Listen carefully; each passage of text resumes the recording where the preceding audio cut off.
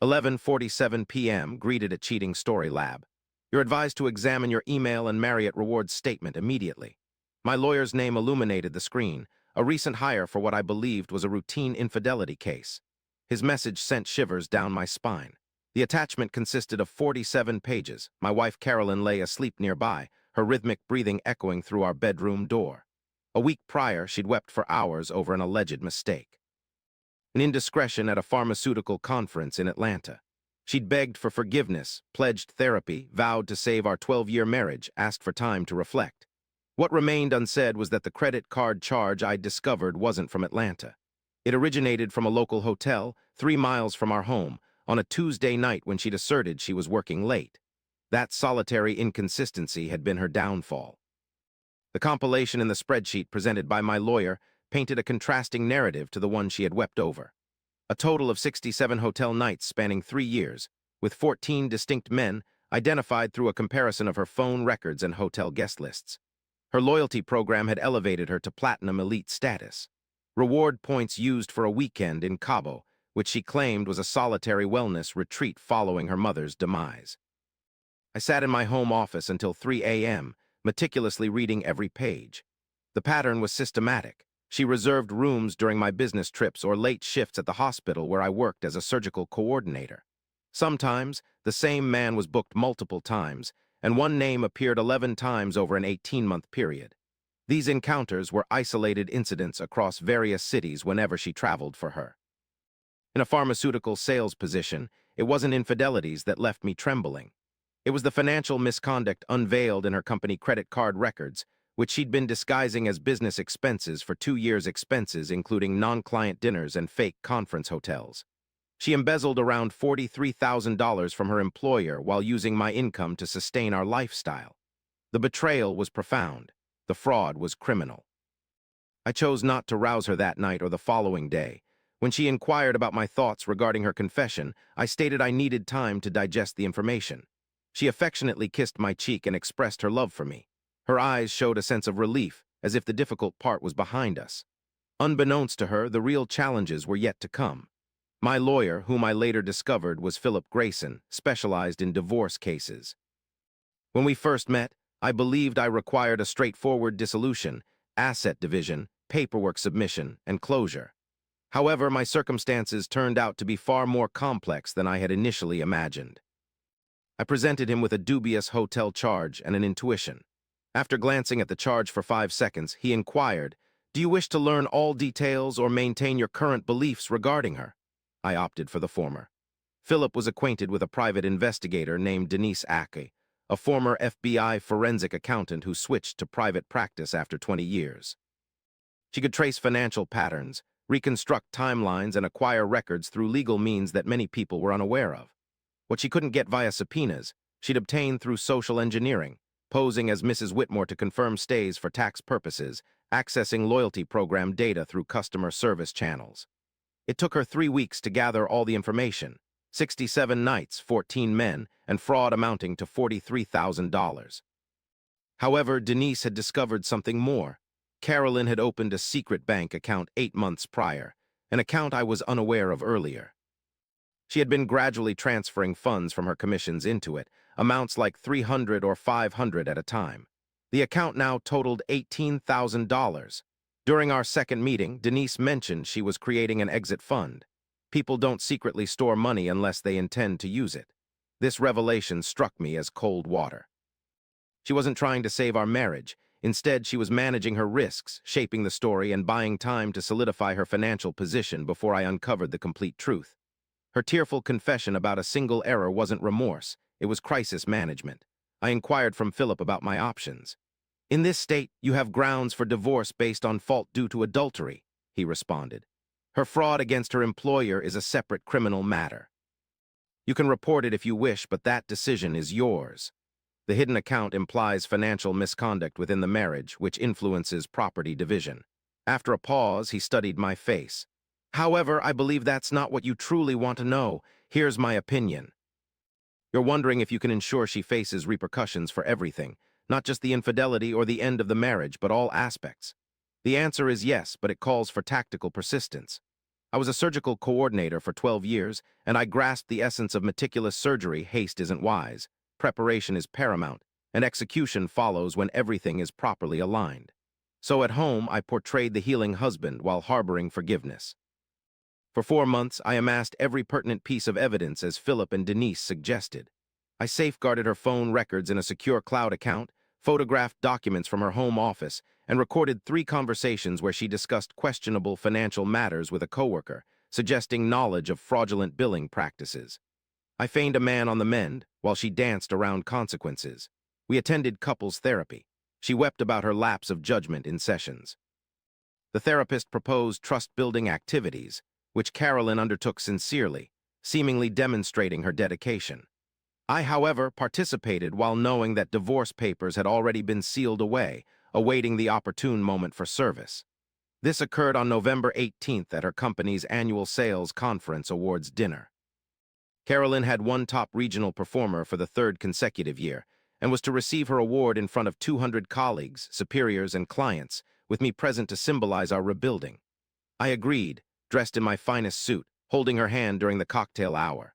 Unbeknownst to her, I had contacted her company's legal department 2 weeks prior. The awards ceremony began at 7, with Carolyn's category scheduled for 7.45. At 7.3, I observed the chief legal counsel of her employer entering the ballroom with a manila folder and 2 security guards. By 7.38, Carolyn's name was called to the stage. Carolyn, shining with triumph, ascended clutching a crystal trophy as 200 clapped. The speaker detailed her accolades, sales statistics, client associations, territorial expansion, then halted abruptly. The chief legal advisor stepped onto the stage. "Pardon the intrusion," he stated into the microphone, his voice composed yet forceful. "Ms. Hartwick, I require your presence immediately. This is not negotiable." The room fell silent. Carolyn's complexion paled. "Is there an issue?" she inquired faintly. "Indeed, a critical one. Please vacate the stage." I watched from my seat as she descended, bewildered, still clutching the award. The legal advisor escorted her towards a service passageway. Security accompanied. The speaker endeavored to continue the ceremony, but the atmosphere had disintegrated. People were murmuring, glancing at phones. After a 15-minute wait, I rose and headed towards the service corridor myself. I recognized the location where they had taken her. The hotel possessed conference rooms down that corridor, and Philip had verified which one the company would employ for the confrontation. I chose not to enter. Instead, I positioned myself near the door, close enough to discern voices penetrating the thin walls. Her legal team had effectively trapped her. They had received my lawyer's package of documents, along with an anonymous tip that instigated an internal audit. They had validated each fraudulent expense claim. They had authenticated she had fabricated client meeting reports to justify the hotel stays. They had quantified damages and decided on immediate termination and reporting her to law enforcement for potential prosecution. I overheard her voice pleading, distraught, citing errors, confusion, personal crises. I heard the legal counsel dissect through it with financial records and policy infractions. What followed was a statement that caused my blood to freeze. She declared, "My husband drove me to this, the pressure, the expectations."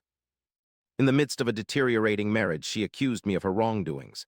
Upon entering the room, I found Carolyn, the legal advisor and HR manager, along with a security officer. They all turned towards me. The legal advisor, taken aback, addressed me, "Mr. Whitmore." I clarified, "This is a private matter. I'm the one who supplied the evidence." I then added, "And I want to rectify something she just stated." Carolyn's complexion drained of color. Our marital troubles weren't due to stress or obligations. I emphasized, maintaining eye contact with her. Instead, they stemmed from her carrying on affairs with 14 different men over a 3-year period, using company-built hotel rooms for these trysts. On the conference table, I placed a folder containing a summary prepared by Philip, detailing dates, locations, cross-referenced phone records, and hotel guest logs. I asserted that her fraud wasn't an attempt to cope with marital issues, but rather a means to fund these affairs while maintaining the facade of a devoted relationship.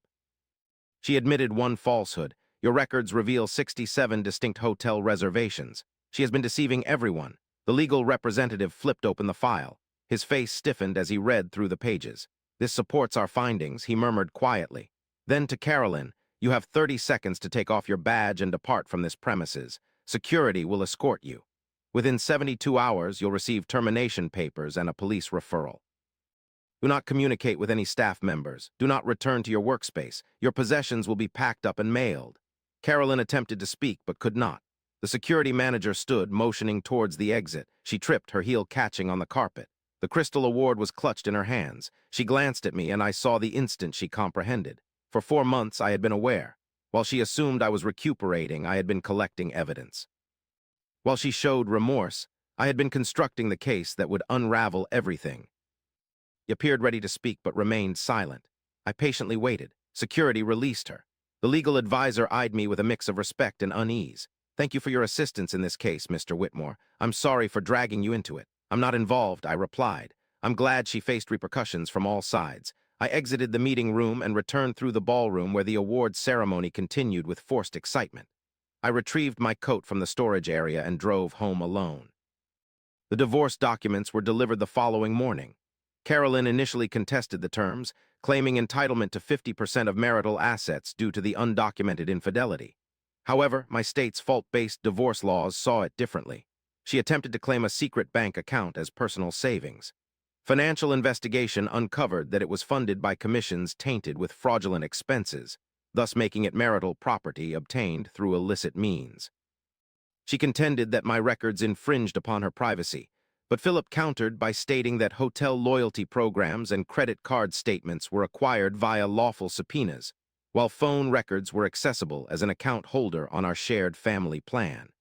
Each of her arguments disintegrated under examination. Her employer charged her with fraud, to which she agreed to a plea deal of 18 months probation, restitution of $43,000, and a permanent blemish on her record. Her pharmaceutical sales license was revoked. The collapse of her professional standing led to the swift spread of news within industry circles. 4 months after I filed for divorce, the proceedings were finalized. I kept the house, my retirement funds, and 70% of the liquid assets. She received a modest settlement sufficient for a fresh start in another location, with only the repercussions of her actions. The last time I encountered her was at the final hearing. She seemed diminished, worn by the prolonged battle against the bureaucratic apparatus she'd been attempting to resist for months. Her lawyer suggested she accept the conditions. Without glancing at me, she signed. The judge inquired if I had any closing remarks. I replied in the negative. There was nothing more to say that the evidence hadn't already spoken loudly. Following this, Philip guided me to my vehicle in the courthouse parking garage. "You handled it correctly," he said. "Most people let emotions dictate the process. You let facts dictate the outcome." I asked him if he thought I had been vengeful. He pondered the query. She had committed fraud, engaged in systematic infidelity, blamed me for her misdeeds, and sought to profit from the demise of our marriage. I presented facts and ensured appropriate penalties. That is not vengeance. That is responsibility. Upon arriving home, I found my house feeling more vacant yet cleaner. I had changed the locks, repainted 2 rooms, and replaced furniture laden with too many memories. A coworker from the hospital inquired about my feelings concerning the lost time. I informed him I wasn't angry, as anger suggested a desire for things to have turned out differently. I didn't harbor such sentiments. My 12-year experience had enlightened me about what truly mattered: truth, integrity, and evidence over emotions. I had learned to validate instead of blindly trust, to recognize the strategic value of silence, to understand patience as a weapon, and to view documentation as protection. She imparted these lessons through her authenticity. 6 months post-divorce, I received an email from an unidentified source. The subject line was blank, and the message read, "I'm sorry for everything. I know you won't believe me, but I needed to say it." After reading it twice, I discarded it without responding. At one point, I yearned for that apology. When I found the Atlanta hotel charge for the first time, when I thought we were dealing with a single mistake, when I believed confession held meaning. However, by the time I received that email, I comprehended what I hadn't understood earlier. Apologies hold weight when offered prior to consequences, not after the fact. A person expressing regret following their loss is not truly apologizing for their actions, but rather for being discovered. She regretted losing her job, marriage, reputation, clean record, but she was not remorseful about the 67 nights. What she regretted was that it was the 67th night that led to disclosure. I remained silent. There was no need for a response. The narrative ended the day I stepped out of the courthouse. Everything subsequent was her attempt to revise the ending, portraying herself as not the villain, but the evidence had already penned the story. Legal records do not deceive, Financial statements do not misinterpret themselves, and phone logs do not entertain alternative narratives, she claimed one mistake. The data demonstrated 67 distinct decisions, 14 separate betrayals, and years of strategic deceit. I did not require her apology. I possessed something more valuable. I had solidified the truth in indisputable legal records, a testament that would outlive any words she could utter now. However, I knew that when she reflected upon the unraveling of everything, she'd know exactly when she lost, not when I unearthed the infidelities, but the instant she decided to downplay them. One error. Those 2 words cost her dearly, because I'd learned something she failed to grasp. The most destructive lies are those that make truth appear insignificant. She attempted to condense 67 nights into a single mistake. All I did was reveal the real figures to the world. The truth didn't require adornment, it merely required exposure. Once exposed, it behaved exactly as truth does, dismantling every lie she had constructed around it, one verifiable fact at a time, until all that remained were consequences she herself had orchestrated. I progressed not by forgetting what occurred, but by comprehending it fully. She provided me with 12 years of deceit. In return, I offered her 4 months of documentation.